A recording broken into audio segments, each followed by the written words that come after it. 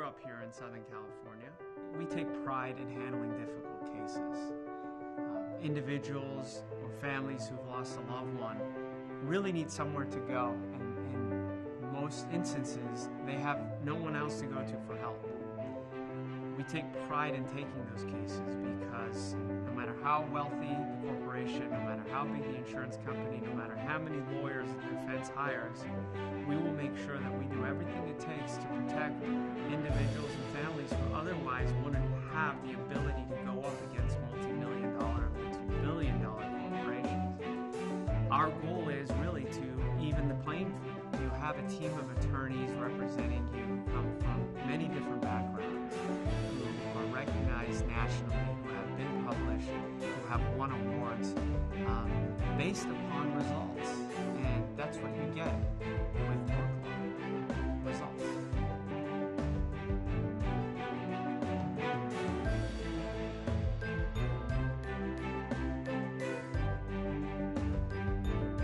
حرف من با همه حرفا کمی فرق میکنه، نمیگم برتره اما صحبت از شرق میکنه، صحبت از خانه امیران و سرای شیران که از بلا دور بماند در پناه یزدان، سرزمینی که دل آدماشون غرق صفاست، آب و خاکی که سراسر همه افتخار ماست.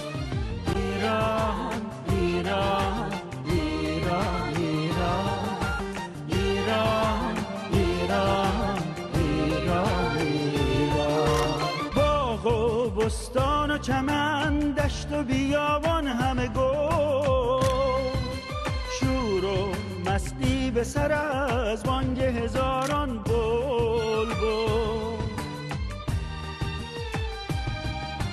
ایران ایران ایران ایران ایران ایران ایران.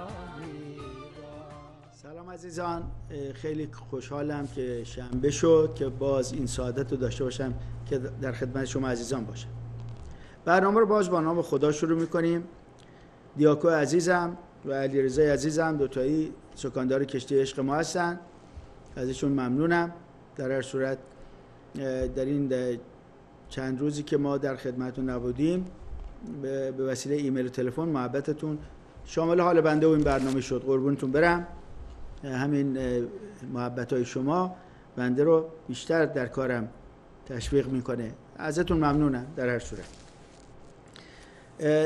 آقای باقری رو دیدم اینجا، خوشحال شدم، ولی آقای شهرام همایون رو ندیدم، آقای جورج رو ندیدم، بابک رو ندیدم، ولی امیدوارم هر جای هستن سالم و خوش باشن. این عزیزان خیلی به بنده و این برنامه محبت دارن، ازشون ممنونم. خب، از دکتر رضا و دکتر کوروش ترکزاده، وکلای رسمی دادگاه کالیفرنیا، به سرای خوب من ممنونم که این برنامه رو به شما تقدیم میکنن با تلفن رایگان 888 222 82 86. هر امری داشته باشین در خدمت شما هستم. خب، در چندین بار ما درباره این دستگاهی که در قلب میذارن که سنت جوز هاسپیتال این دستگاه رو ساخته، در سال 2011 دولت امریکا این دستگاه‌هایی که سنت جوز هاسپیتال در قلبا گذاشته فهمیده که این سیماش درست کار نمیکنه و این باعث آسیب‌های شدید به قلب و بعضی موقع به مرگ خیلی از این بیماران شده. تمنا میکنم اگر میشناسین کسی رو یا خدای نکرده خودتون به اصطلاح از این دستگاه در قلبتون دارین، حتما با دفاتر پسرای من 888 222 82 86 تماس بگیرین تا بگن چه کار باید بکنین. این الان این به اصطلاح این سازمان سنت جوز هاسپیتال به خاطر این دستگاه به دادگاه کشونده شده و هزاران نفر به اصطلاح متاسفانه این دستگاه در سینه‌شون هست. اگر احیانا سنت جوز هاسپیتال از اون دستگاه در سینه شما یا کسی از عزیزان هست، حتما تماس بگیرین، چون این یک به وقت کوتاه گذاشتن که میتونن اینا در سینه‌شون هستن بتونن به اصطلاح تقاضای خسارت بکنن. در 80 این گفتن، چندین بارم گفتیم، حالا بعدش هم پخش میکنم. خب عزیزانم، من میخوام چند تا چیز براتون بذارم که ببینین. متاسفانه به نظر میاد جوکه، به نظر میاد خنده‌داره، ولی نه، جدیه. گریه داره.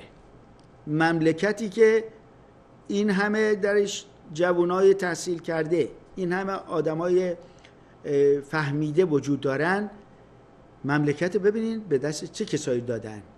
من چند تا از فیلمایی که در خود تلویزیون ایران، یعنی اینا نخبگانشون میارن در تلویزیون که بگن، اینا نخبگان، اینا هستن که میارن در تلویزیون به اصطلاح صحبت بکنن. اولی شد من همون شخصیه که با رشادت میگفت بله آقای خمینی در سن 25 سالگی زد تو گوش یه پیرمرد 70 ساله و شیشه عینک یارو خورد شد. خب بارکالله آقای خمینی، چقدر شما ارزش بزرگتر میدونین یا میدونستین که باید به بزرگتر احترام گذاشت. حالا ما فهمیدیم که احترام یعنی زدن تو گوش آدمای بزرگ، پیرمردا. خب این گذشت. همون آقا ببینید چی میگه، ببینید، خواهش میکنم دیاکو جان این آقا رو خواهش میکنم پخش بکن، ببینید خودتون قضاوت بکنید، گوش کنید. من معتقدم غربی‌ها در مسائل سکسی هم کلاسشون رفت. یعنی من گاهی میدیدم مثلا تو آمریکا بودم، میدیدم که این همدیگر میبوسه، نگوش کردم واقعا وقتی میبوسه انگار مثلا شما کاگر میبوسی. بوسش صفر نبود. خب آقای حجت الاسلام، نمیدونم چی، شما که هر چیز به خودتون میدین، چرا اومدی تو امریکا گشتی فقط دنبال این دختر پسرها که هم دیگه رو ماچ میکنن؟ شما که میگین حرومه، پس چرا اون چش نامحرمت دوختی که ببینی اینا چطور سفت هم دیگه رو ماچ میکنن یا شل؟ از کجا مزه کاهگل شما میدونی؟ یا از کجا شما مگر امتحان کردین کاهگله؟ بوسیدی کاهگله که میدونین فکر میکنی اینا مثل این که کاهگل ماچ میکنن؟ خب بعدیش هم گوش بکنید، خیلی جالبه. شما از یه بچه 4-5 ساله بگی یک عدد بین 1 تا 10 بگو، یا بین 1000 تا 2000 بگو، یه عدد بین 1000 تا 1500 یه عدد بگین. خب بین 1000 تا 1500 500 تا عدد دیگه، 1001 1002 1003 1000 همینطور میره تا 1499 تا 1500. خواهش میکنم توجه، اینا نخبگانتون هستن که گذاشتین سر کار، تمام اختیارتون هم دادین دستشون. نگاه بکنین خواهش میکنم. از 1000 تا 1100، از 1000 تا 1100 1330، نه 1130، از 1000 تا 1100، 1000 تا 1100، 1000 تا 1100، 1111 سال وفات علامه مجلسی، 1111. عرض کنم که حالا از 1000 تا 1100 هم یه عدد بفرمایید. حالا 1000 مثلا 1000 و کم پایین تر، 40 و خورد 50، 1555. خب بیای میگه یه عدد بین 1000 تا 1100 بگو. دیدین که گفت 1111 1330 1500. بیچاره اون کسی که داشت ازش میپرسید بهش گفت یه عددی مثل 1045 1050 بازم نفهمید، گفت 1550. شما عقلتون رو دادین دسته ای.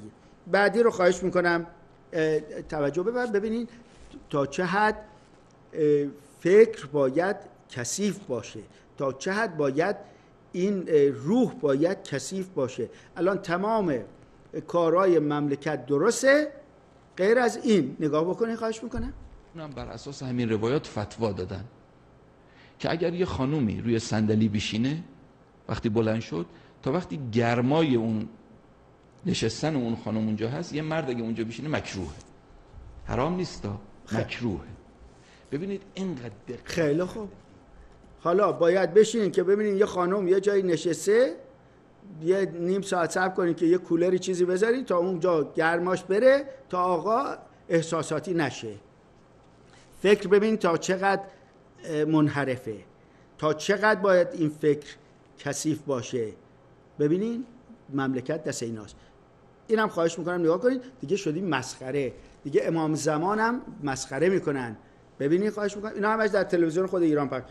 توجه بفرمایید خواهش میکنم. آقا مشتاق تره. مطمئنا خدا آقا مشتاق تره. آقا دقت کنید چون الان اگه خدا نکنه اینجوری باشه، اما چون ایام جام جهانی هم نزدیکه، بعضی از جوانان نزدیک باشه. نه خدا نکنه اونی که من میخوام بگم باشه که اشتیاق ما به ظهور امام زمان خب کمتر از اشتیاقمون به اومدن جام جهانی باشه. گفت اونایی که مشتاق ظهور حضرتن میگن آقا بیا، بعضیا میگن آقا جان حالا مدتی صبر کنید جام جهانیه ببینیم، گویند بیا ولی ببخشید نیا، امشب چه کند. خیلی خوب. ببینید میگه امام زمان نیا تا بازی‌های جام جهانی تمام بشه بعدش تشریف بیارید. ببینید مسخره است. اصلا مملکت به تمسخر گرفتن، دین به تمسخر گرفتن. خب جلوی بچه یک کسی که در این دنیا، کسایی که فکر و شعور دارن، شما بیاین به اینجا بگین آقا این خانومه که نشسته وقتی بلند شد تو نشین، ممکنه احساساتی بشی. چقدر باعث این فکر کثیف باشه. این آقا هم که میگفت که امام زمان حالا نیاد تو بازی جام جهانی تمام بشه بعد تشریف. خب ببینیم به چه کسایی. در هفته پیش من یک دفعه دیدم تلفن خونه و دفتر و تمام زندگی من یه دفعه شروع کرد زنگ زدن. دوستا آشنا زنگ زدن که فرخ رفتی روی یوتیوب. گفتم نه. گفتن که یه چیزای خیلی بدی نوشتن، یه چیزایی راجع به سرکار خانم همیرا. گفتم چی نوشتن؟ گفتن دیر از جونش اتفاقی براشون افتاده. منم دستپاچه زنگ بزن به خانم همیرا، زنگ بزن به اینور اونور، جواب نمیشنم. ولی بعد از چند بار که من تماس گرفتم، خدا رو شکر همین سرکار خانم همیرا هم حالشون، یه عکسی هم من گرفتم اگر نشون بده دیاکو جان، یه عکس با سرکار خانم همیرا عزیز، محبوب قلب تمام ایرانی‌ها. خدا رو شکر که حالشون بسیار خوبه و تمام این شایعات کافیه. تمام این شایعات از بیان رفت، خدا رو شکر. حالا یک آهنگ با صدای زیباشون، پله پله تا ملاقات خدا. امیدوارم خدا به اصطلاح سایه خانم همیرا رو از سر اینا که دوستشون دارن که بنده هم جزشونه کم نکنه و سایه‌اش روی سر همه ما ایرانی‌ها و به خصوص موزیکمون باشه، چون بانوی بیچون چرای موزیک ما سرکار خانم همیرا با قلبی به وسعت اقیانوس‌ها. گوش بکنیم، برمیگردیم در خدمتتون هستیم.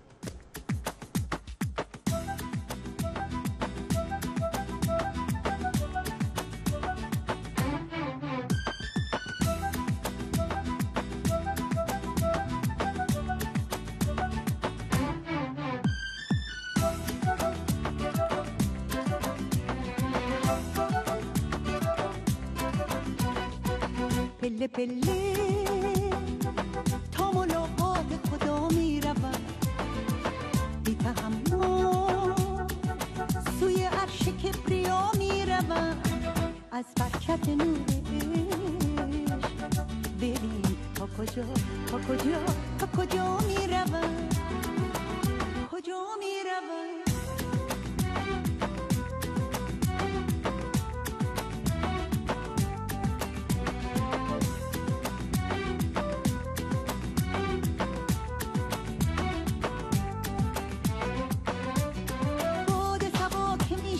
هر نفسش مشکشان، حکایت از عشق کند آورد از دوست نشان. عطر گل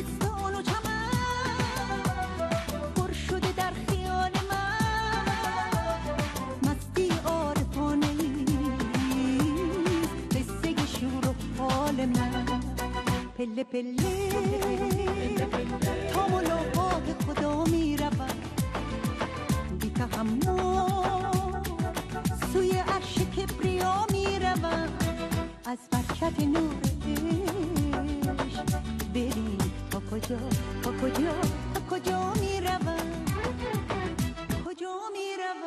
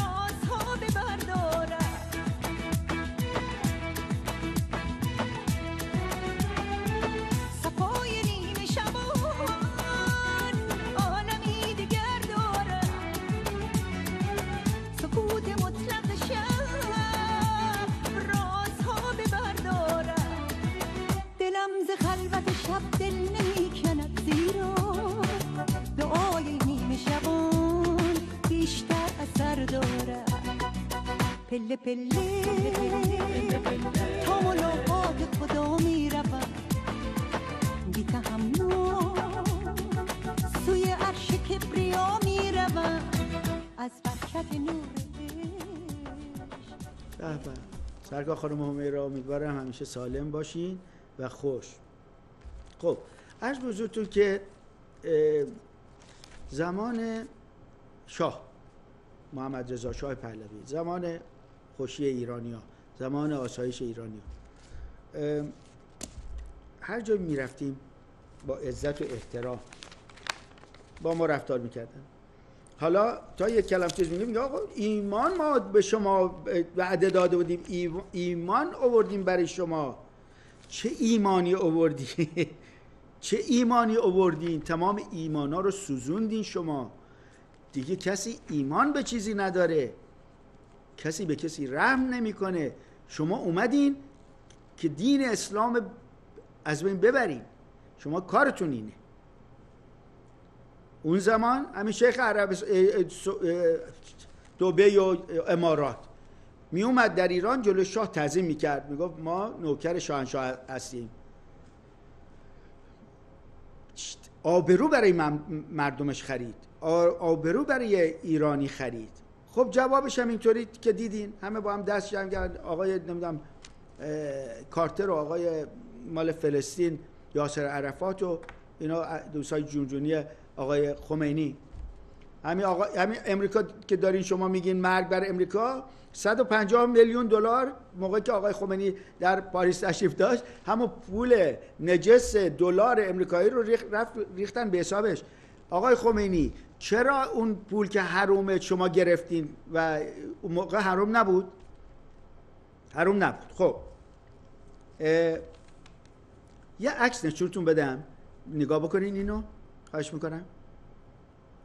این میدونین کیه؟ این نخست وزیر انگلستانه. ببینید چطور تعظیم کرده جلو شاه. ببینین این یعنی چی؟ یعنی افتخار برای من و شما در آن زمان. ببینین اون نخست وزیر انگلستانه، انگلستانی که خب با همکاری همینا اومدن و آخوندا رو آوردن، الان داره خدمت میکنه بهتون دیگه. حالا چطور خدمت میکنه؟ بذارین یه بار دیگه بگم. تقدیم به ملت فریب خورده. ای شاه خائن، به چه حقی بنزین 1000 تومانی رو 6 ریال میفروختی؟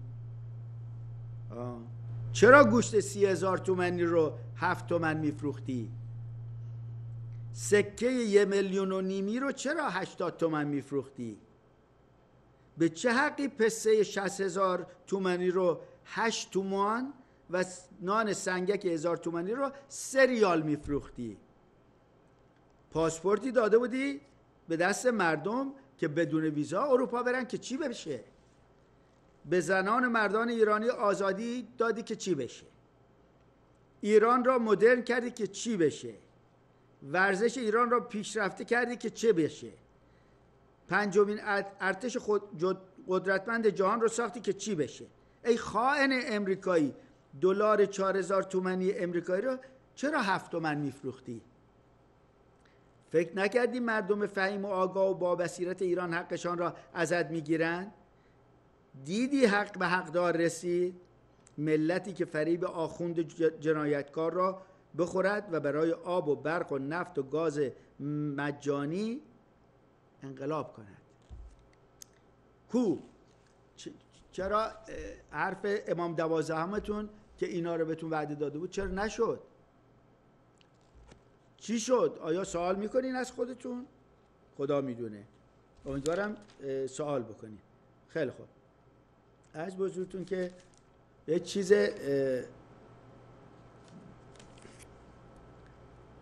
دوتا زمان شاه 2 تا پیکان که میرفتین میخریدین، میدونی چقدر پول میدادین؟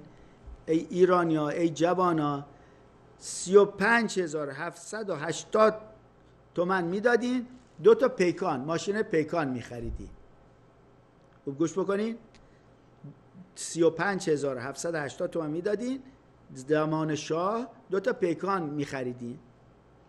حالا برای اینکه یه باک بنزین پیکان باکتون رو پر فقط بنزین بکنین باید 36000 تومن پول بدین. یعنی از خرید 2 تا پیکان هم زیادتر. در زمان شاه شما با 8000 تومن یه خونه میخریدین در این شهرهای کوچیک. الان با 8000 تومن به شما یه دونه آدامس میدن. خب خوش باشین. خیلی خوب. عرض بزرگتون که من یه تشکر کنم از خانم دانا پینتر. خانم دانا پینتر خیلی ممنون که یه عکس از من گذاشتین، نگاه بکنین. امیدوارم این عکس رو کشیدن خانم دانا پینتر. ازتون ممنونم که محبت کردین رو برای ما فرستادین. خب عرض بزرگتون که خوبه، قربونت برم. در پاکستان ببینید به نام دین چی کار میکنین، ببینید چه جنایاتی میشه. دیدین در یوتیوب برید نگاه بکنید ببینید چطوری سر این آدمای بدبخت 4 تا جوان با ماشین رد میشدن، اینم با از این جیپا تمام اینا رو مثل بازی شده، تمام اینا رو سوراخشون میکنن با تفنگ، با مسلسل، همش هم به اسم دین، همش هم زیر اسم خدا. اینا جوانای بدبخت چه گناهی کردن؟ رفتن یه زن حامله رو در هم پاکستان، برین تقلید بکنید، اشکال نداره، یه زن حامله رو سنگسار کردن. خدا ازتون نگذره. به اسم کدوم خدا اینو گفته؟ کدوم خدای جباری اینو گفته که زن حامله زن بد بچه که خدا ازتون نگذره والله، چه بگم. خیلی خب برین تقلید اینا رو بکنید.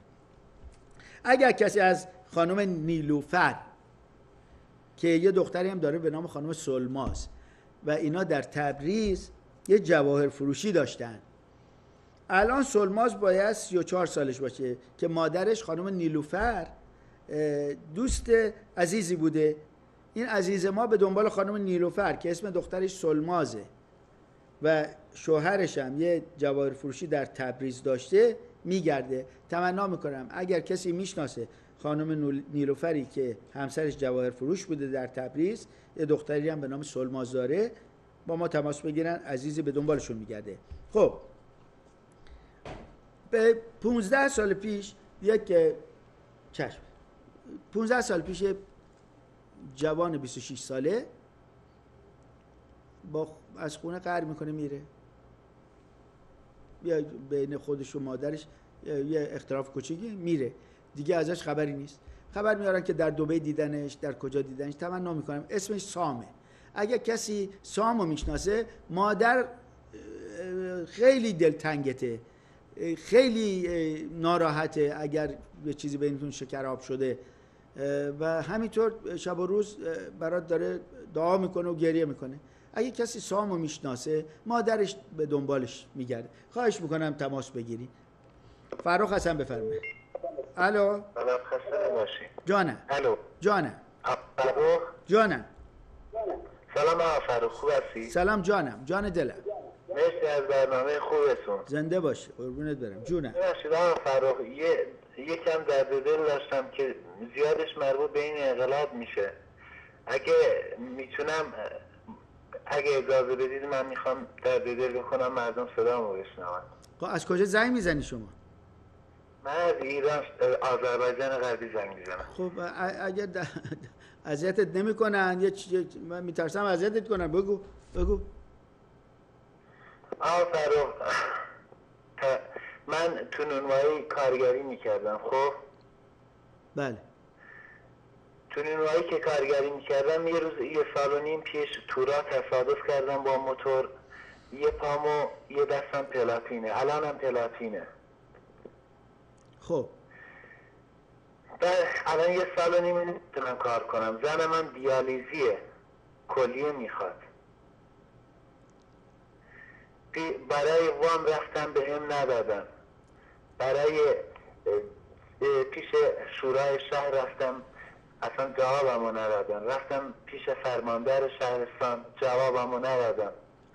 واقعا خیلی عذاب کشیدم، به هر دری زدم بسته شد. یعنی اصلا مثل اینکه میرم اونجا فکر میکردم من دارم گدایی میکنم. بابا من داشتم حقمو میخواستم چون تو این دولت دارم زندگی میکنم. زنم الان داره جلوی چشام نمیره، کسی نیست صدامو بشنوه. شب و روز کارم شده گریه، شب و روز کارم شده زاری، شب و روز کارم شده خواهش و التماس. یعنی نمیدونم چی شده. شب به این برنامه زنگ زدم، مجبور شدم.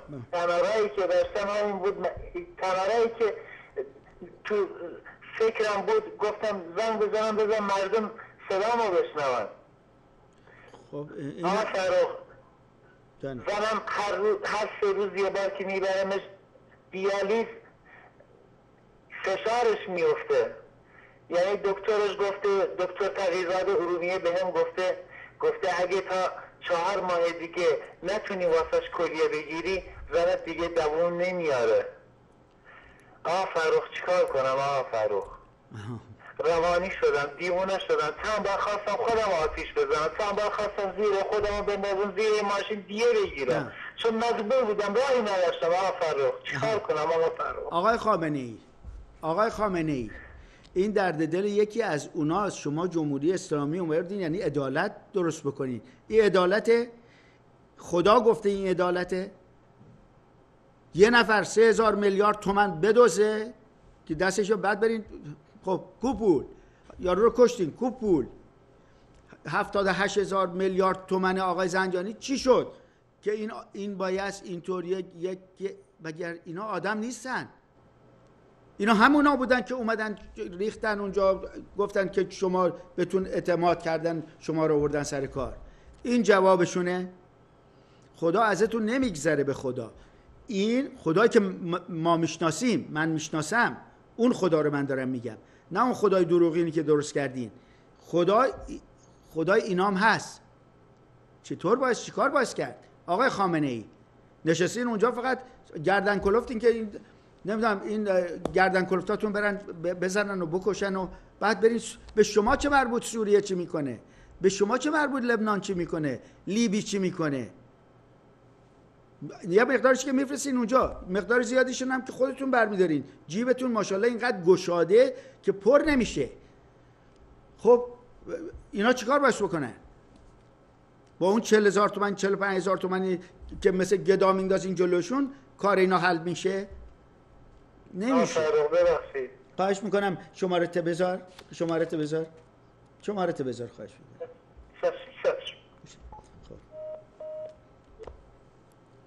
خیلی خب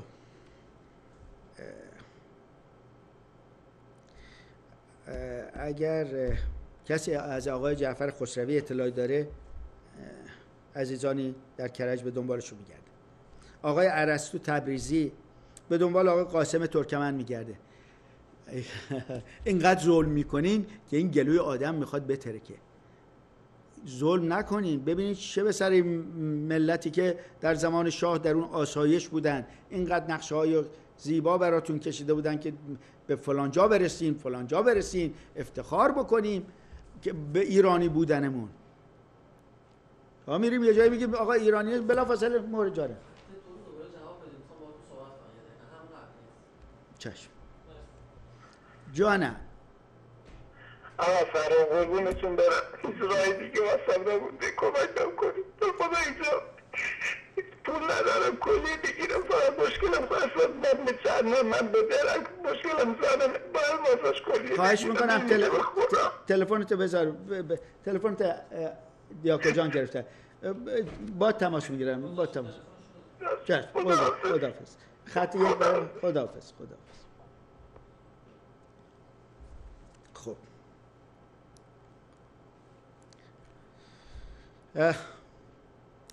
خانم محترمی زمانی که بچه بودن، مثلا 45 سال پیش، رفتن در شمال، در یکی از این کاخهای شمالی. منظور اینه که دنبال عکاسمون زمان میگردن که در بچگی رفتن در شمال، اصلا یادشون نمیاد بچه کوچیکی بودن، بردنشون اونجا و یه عکاسی اونجا بوده 45 سال پیش در شهر آزاد، اونجا عکس میگرفته. و یا در یه مسابقه بوده بین در سالن دکتر آسمی با تیم تاج که بازم اونجا یه عکاسی بوده که عکس برداشته از این خانم که اون موقع بچه بوده، از چند تا. تمنا میکنم اگه کسی میدونه اون عکاس مال 45 سال پیشه باش میکنم خبر بده. آقای کریم به دنبال محمد صادق مذاق میگرده، فکر میکنه در فلوریدا باشه. عموش هم مثل اینکه یه نمایشگاه مرسدس بنز داره در فلوریدا. اگه کسی محمد صادق مذاق میشناسه، کریم و خانواده‌اش به دنبالشون میگرده. تمنا میکنم تماس بگیرید. جناب آقای مهندس تهرانچی هم به دنبال آقای منوچهر خانلری میگرده. آقای فضلالله صفی آریان هم به دنبال باقر محبزاد میگرده. تمنا میکنم تماس بگیرید. فرخ حسن بفرمایید.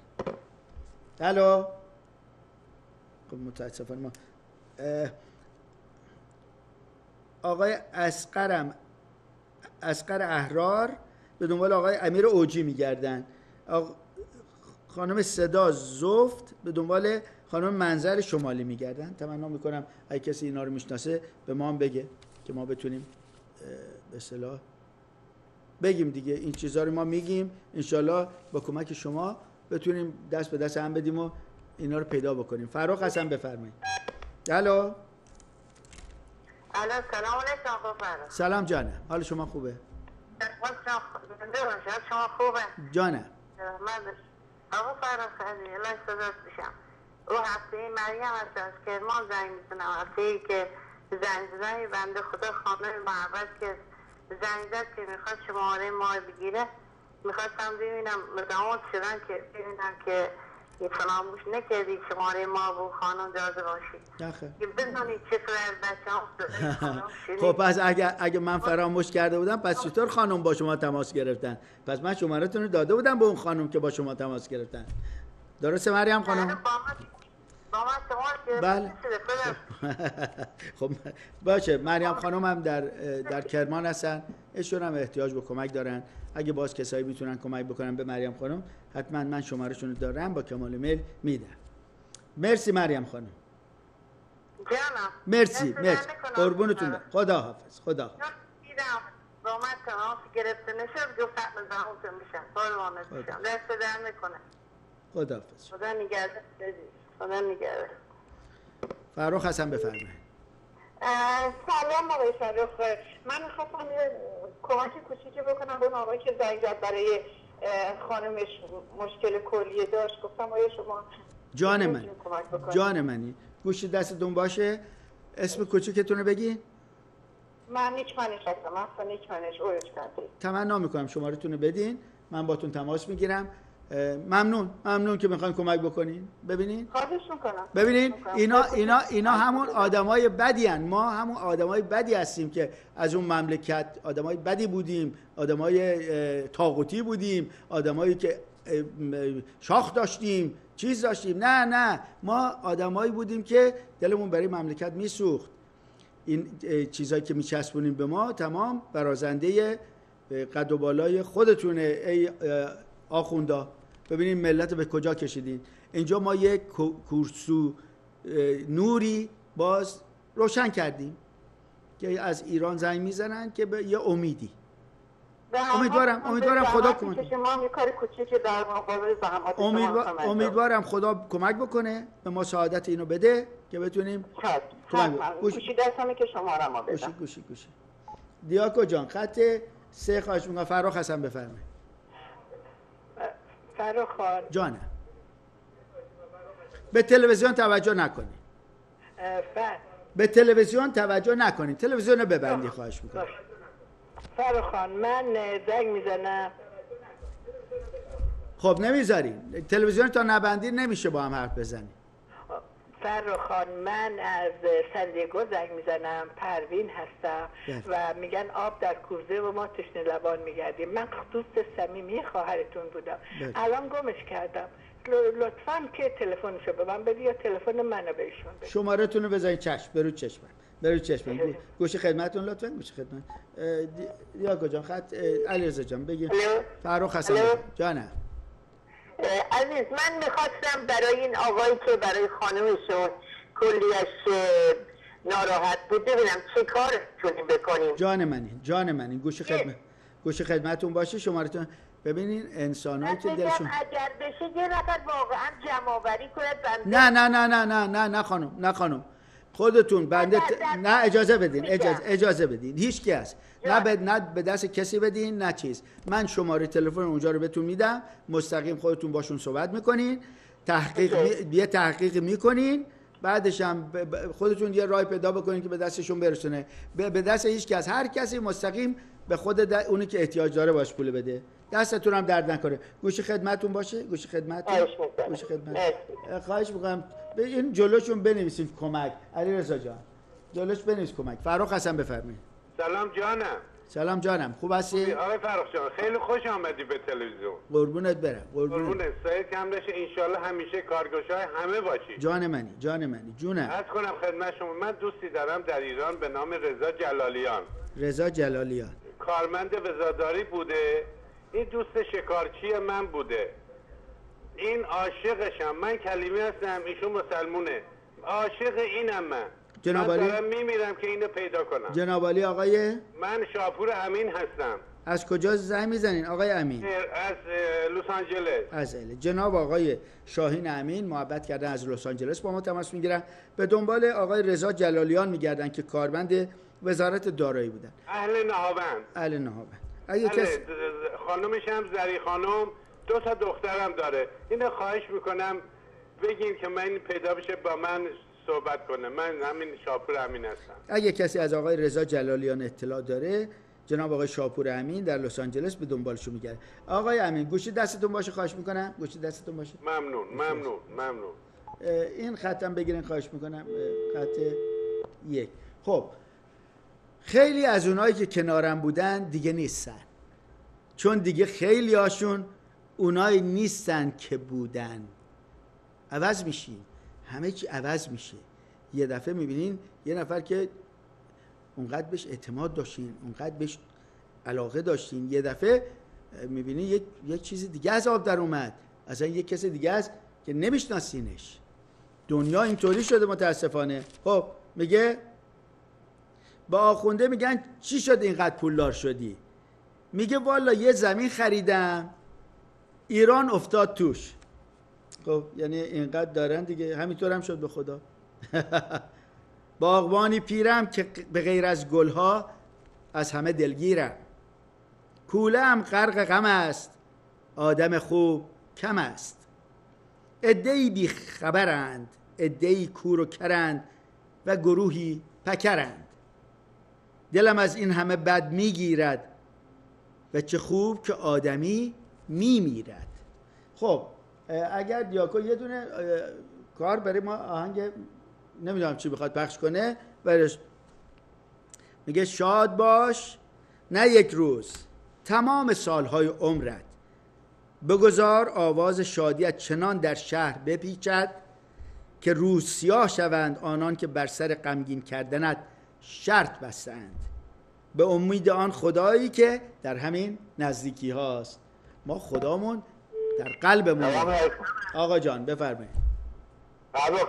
جانم من ریاضی هستم، از شارلوت نورت کارولاینا تماس میگیرم. آقای ریاضی عزیز از کارولاینا، از نورت کارولاینا. جانم.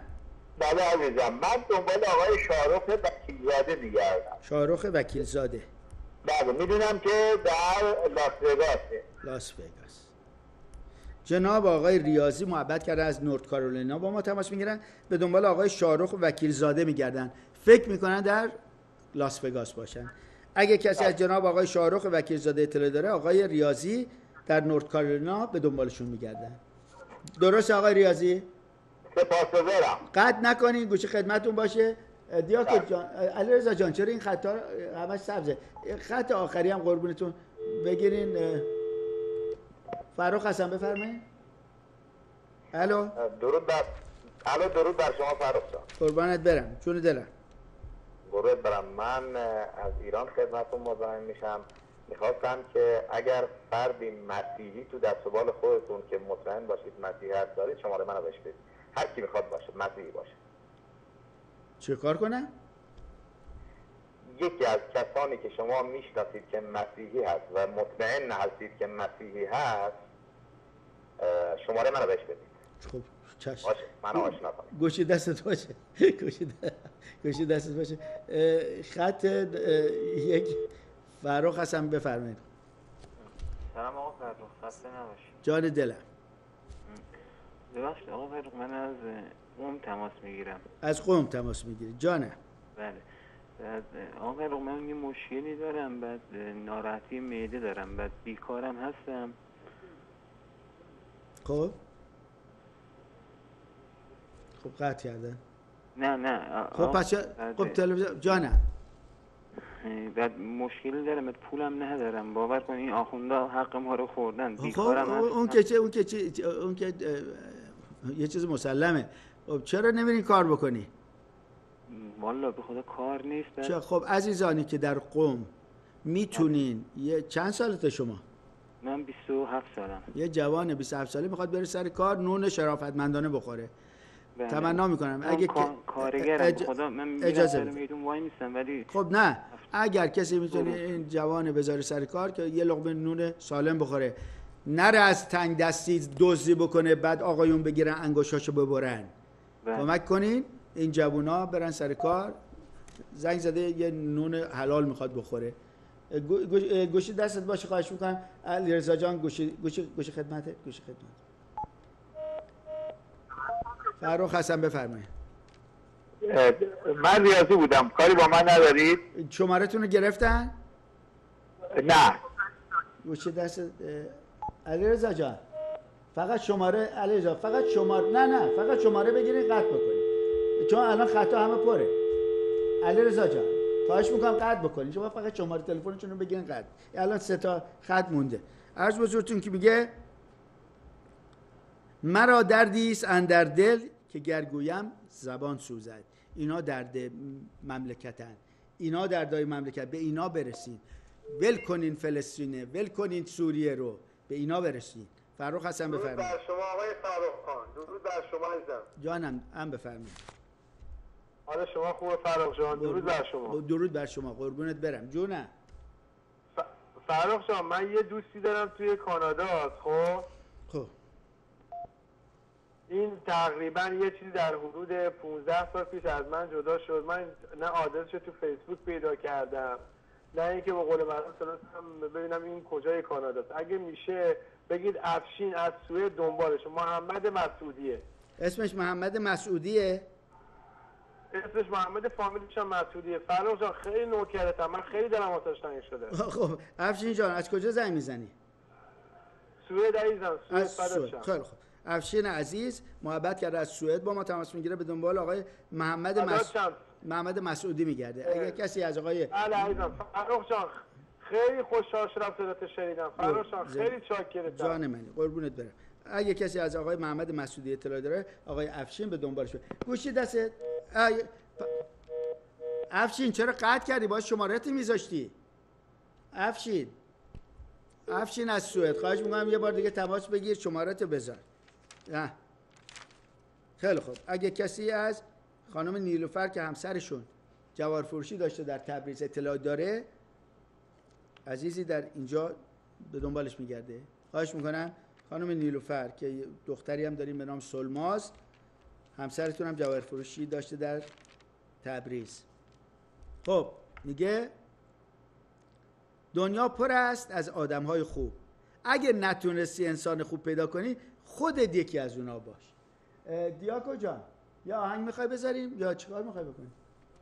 میخوای یا آهنگ این یا آهنگ جدیدی بود خوندیم اونو میخوایم بذاریم. میگه میتوان با این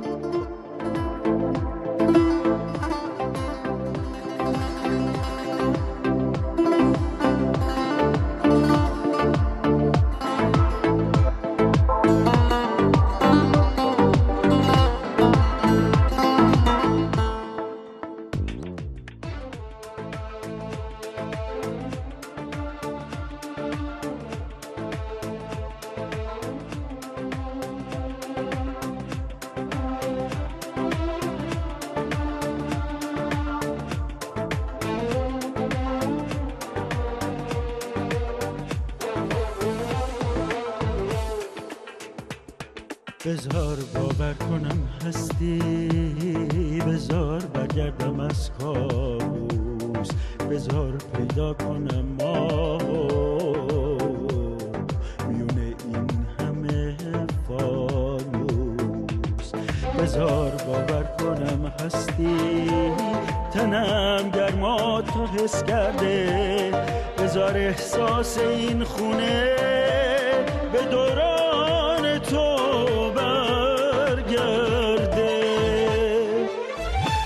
من تو کجا باید از احساس تو خالیشم، بگو تو که هماغوشه یه محبوب خیالیشم، بگو من تو کجا باید از احساس تو خالیشم، بگو تا که هماغوشه یه محبوب خیالیشم.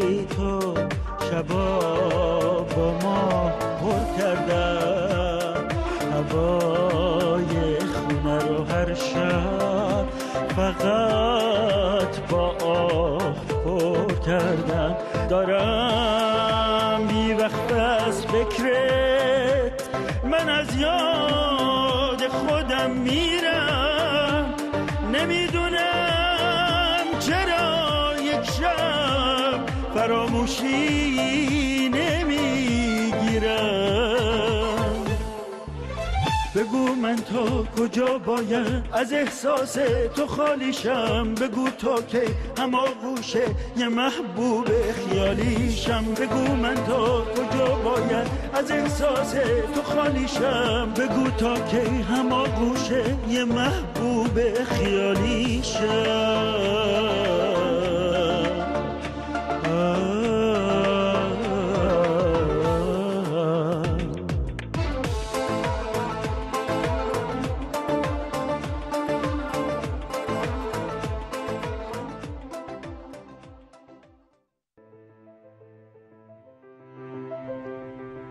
Patients who are implanted with defibrillators often rely on them as a life-saving device. But what happens when that device is defective? Lawsuits have recently been filed against St. Jude Medical for their defective heart defibrillator leads. In 2011, the FDA issued a Class 1 recall for the defective leads. These wires are called the Reata and Reata ST, which connect the defibrillator to the heart. There has been an alarming rate of failure in these Reata leads.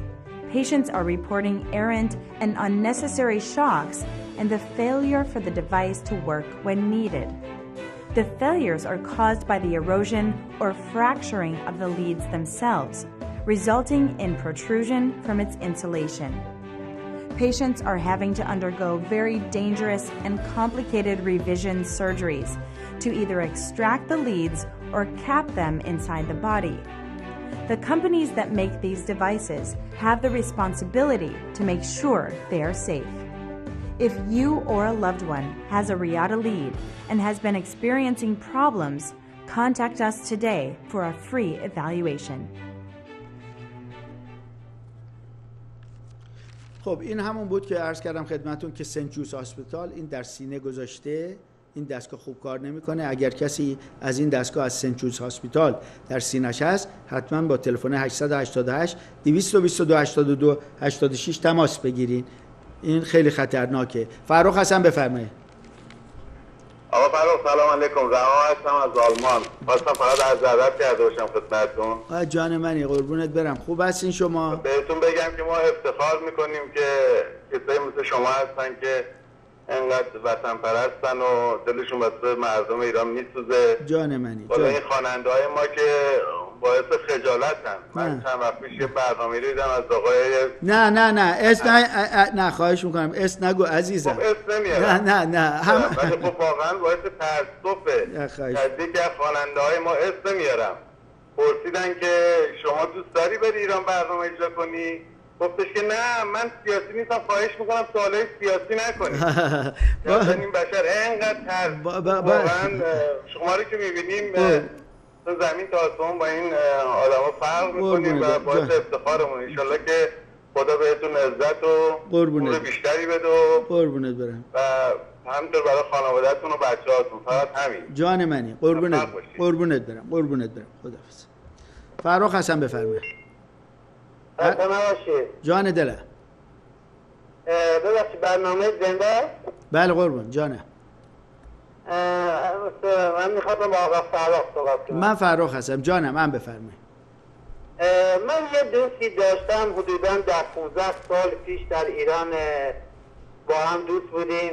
من الان خبری ازش ندارم. خب جناب علی آقای جناب علی اسمتون؟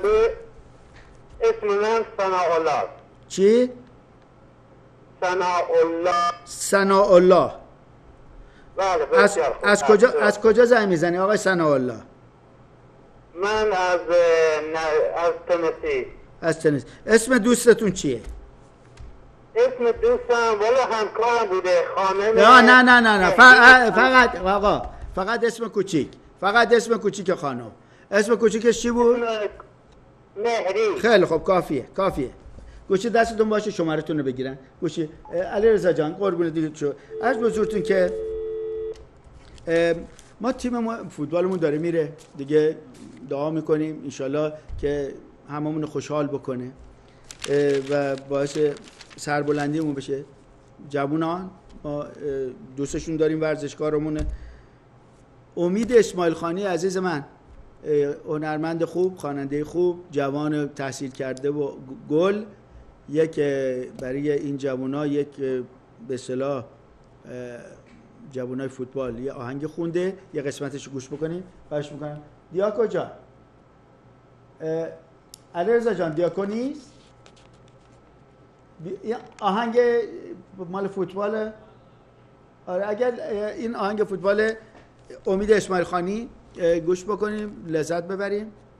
نه آها همینه فکر میکنه.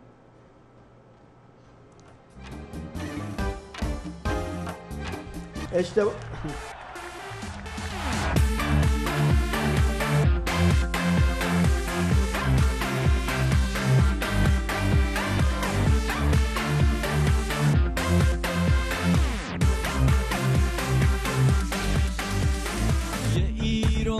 بغل کردم که با تو هم سفر باشم، تو لحظه بازی بتونم با تو همراهشم.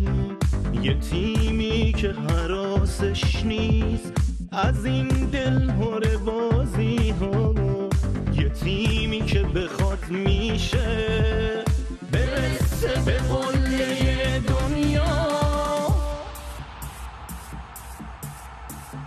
یه عشق مشترک بینه تو و قلبای دلسوزه دلی که خالی از ترسه با یه باختم نمیسوزه. خیلی خوب امید عزیزم، مرسی. آقای امید اسماعیل خانی بیشتر دربارش صحبت میکنیم. به امید خدا کارهای جوان خوب و چه کار قشنگ، چه صدای قشنگ. امیدوارم که همیشه خوش و خرم باشه.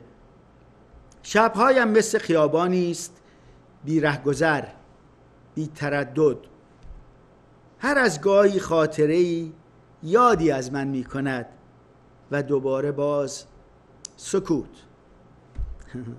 گاهی مثل باران باید بارید، زندگی بخشید، تراوت داد و رفت. بله، میگه باران را دوست دارم چون رفتن بلد نیست، فقط می آید. خب بازم میگم هیچ وقت به خدا نمیگم دستمو بگیر، میگم یه عمر دستمو گرفتی ولش نکن، رهاش نکن. خب عرض بزرگتون که ما فراخ حسن چی شد خطا؟ ها؟ فراخ حسن بفرمایید. الو جانم. آقای فروخ جون دلم. سلام علیکم، خسته نباشید، شب شما بخیر. زنده باشید جان دلم. خدا براتون جبران کنه. آقای فروخ من یه شخصی به نام آقای بهزاد جزایری دوستمه. بله. لطف کنید اعلام کنید. جناب عالی آقای؟ من داراب هستم. آقای؟ داراب. آقای داراب از کجا زنگ میزنی؟ از ایران زنگ میزنم، از شهرستان جیروف. خیلی خوب. جناب آقای داراب محبت کرده از ایران با ما تماس میگیره، به دنبال آقای بهزاد جزایری میگرده. بهزاد موسوی جزایری کجا هست؟ احتمال زیاد ایران هم، ولی حالا نمیدونم، شاید هم خارج از کشور. اگه کسی از آقای بهزاد موسوی جزایری اطلاع داره، آقای داراب عزیز ما به دنبالش میگرده. داراب جان گوشی دستت باشه، علیرضا محبت بکنه شماره‌تون رو بگی. علیرضا جان گوشی جانم خط نگیرم. خیلی خوب آقا جون اگه میخوان چیزی بگین، آقای دیاکو گفته من چیز نگیرم، خط نگیرم، وقتم گذشت. عزیزانم خطا پره، نمیدونم در اصل کاش که میشد که بیشتر جواب بدیم ولی وقت تموم شد. این برنامه رو دو تا پسرای من دکتر رضا و دکتر کوروش ترکزاده وکلای رسمی دادگاه کالیفرنیا با شماره تلفن رایگان 888 222 82 86 به شما تقدیم کردم. از آقای شهرام همایون عزیزم ممنونم، از آقای باقری، آقای باقری عزیزم، از آقای جورج، از بابکم، از آقای علیرضا عزیزم و دیاکو عزیزم، از همه اینا عزیزان ممنونم که هوای بنده رو دارن و به قول معروف محبتشون به بنده میرسه. امیدوارم هر کجا که هستین اول سالم باشین، هم دیگه رو دوست داشته باشین و خدا رو در قلبتون زنده نگه دارین. برنامه ما خب تا کیه؟ تا امروز شنبه، دوشنبه ساعت 5 تا 6 بعد از ظهر ما باز در خدمتون هستیم. قصه ما به سر رسید اما به آخر نرسید. تا دوشنبه ساعت 5 بعد از ظهر خداحافظ. دلی که توی سینه است به اون عشق تو باختم، اگه من دونستم که عشق تو راهه، میزدم از قدیما به امشب یه بیراهه. اگه من میدونستم که عشق تو راهه، میزدم از قدیما به امشب یه بیراهه.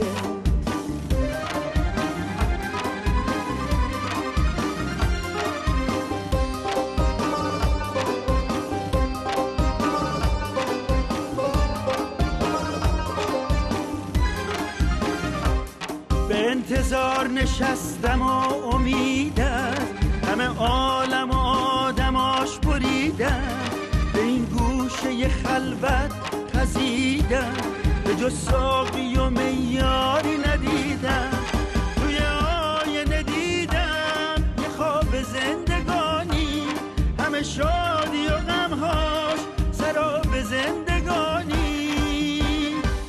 اگه من دونستم که عشق تو راهه، میزدم از قدیما به امشب یه بیراهه.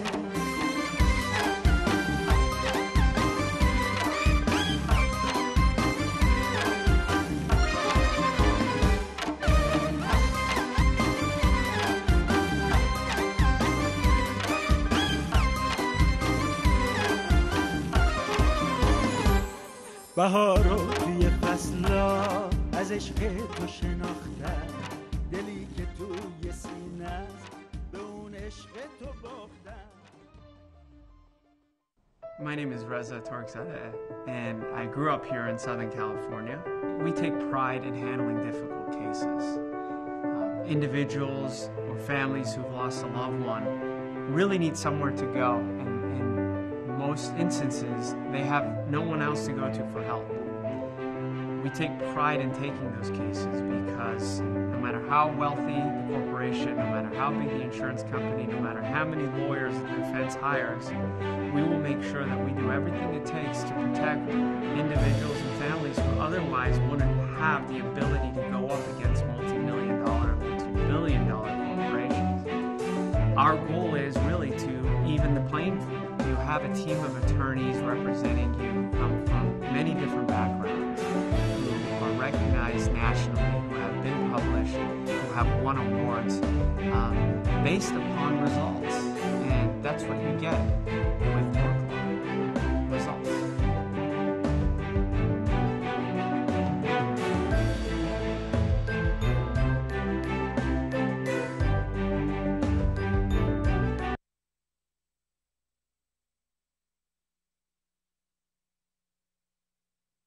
پارس کالکشنز تاریخ و هنر ایرانی را به شما هدیه می کند.